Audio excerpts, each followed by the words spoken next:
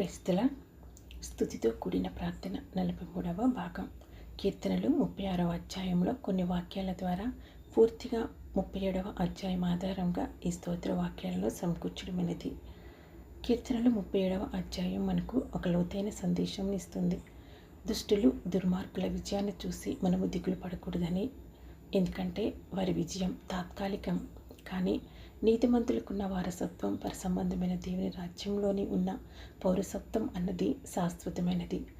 ఈ అధ్యాయంలో ప్రభు అయిన దేవుడు మనకు వాగ్దానమును, ఒక హామీని ఇస్తున్నాడు.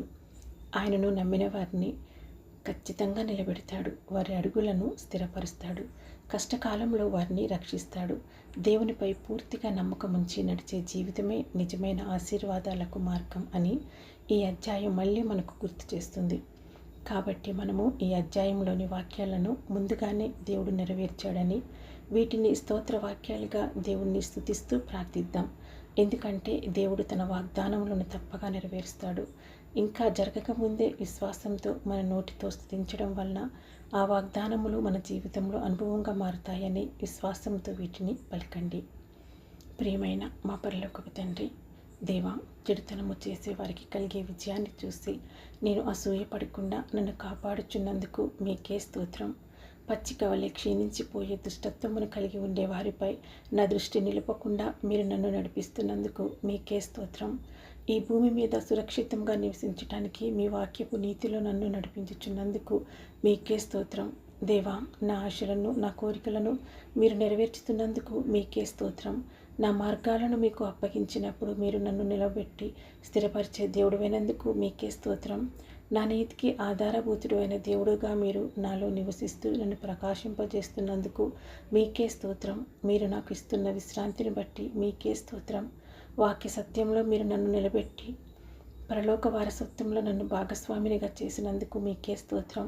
మీరు నా మార్గంలో నెమ్మదిని, శాంతిని, ఆనందాన్ని ఇస్తున్నందుకు దేవా మీకే స్తోత్రం. మీ శాంతిని కలిగిన వారు దేశాన్ని స్వాధీనపరుచుకుంటారని వాగ్దానం చేసినందుకు మీకే స్తోత్రం. దుష్ట ఆలోచనలను నశింపచేసే దేవుడువైనందుకు మీకే స్తోత్రం. మీరే నీతిమంతులను రక్షించే కవచమైనందుకు మీకే స్తోత్రం. మీ ధర్మశాస్త్రమును మా హృదయాలలో ఉంచినందుకు మీకే స్తోత్రం. నీతిమంతునికి కలిగిన కొద్దిపాటి ఆస్తి దుర్మార్గులు కలిగి ఉన్న అధిక సంపద కన్నా మేలని మీరు చెప్పినందుకు మీకే స్తోత్రం. నీతిమంతుల చేతులను మీరు బలపరుస్తున్నందుకు మీకే స్తోత్రం. నీతిమంతుల దినములను మీరు గమనిస్తున్నందుకు, వారి కష్టబాధలను మీరు చూస్తున్నందుకు, వారి స్వాస్థ్యమును శాశ్వతమైనదిగా చేర్చినందుకు మీకే స్తోత్రం. కరువు వచ్చినప్పటికీ నీతిమంతులను మీరు తృప్తిపరిచే కాపాడే దేవుడువైనందుకు మీకే స్తోత్రం. మీలో ఆశ్రయం పొందిన వారిని ఆశీర్వదించే దేవుడువైనందుకు మీకే స్తోత్రం. నేను నడుచు మార్గంలో నాకు స్థిరతనిచ్చే దేవుడు మీరైనందుకు మీకే స్తోత్రం. నీతిమంతుడు తడబడిన పడిపోడని మీరు వాగ్దానం చేసినందుకు మీకే స్తోత్రం. మీరు ఎప్పుడు నీతిమంతులను విడువని దేవుడువైనందుకు మీకే స్తోత్రం. కరుణ చూపు వారిని మీరు ఆశీర్వదించే దేవుడువైనందుకు మీకే స్తోత్రం. నీతిమంతుల వంశము ఆశీర్వదించబడునని తెలియజేసిన దేవా మీకే స్తోత్రం.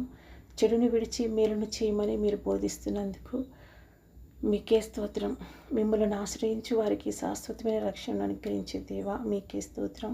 మీ తీర్పులు న్యాయవంతమైనవిగా ఉన్నందులకు మీకే స్తోత్రం. దుర్మార్గులు నన్ను ఎదుర్కొన్న మీరే నా కవచమైనందుకు మీకే స్తోత్రం. మీరు నీతిమంతులను కాపాడుతూ చెడ్డవారిని నశింపచేసే దేవుడువైనందుకు మీకే స్తోత్రం.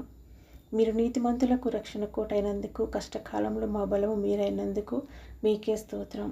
మిమ్మల్ని ఆశ్రయించు వారిని మీరు విడువని దేవుడువైనందుకు మీకే స్తోత్రములు చెల్లించుకుంటూ క్రీస్తు యేసు ప్రభువు వారి శ్రేష్టమైన నామంలో ఈ స్తుతి ప్రార్థనను సమర్పించుకుంటున్నాను తండ్రి.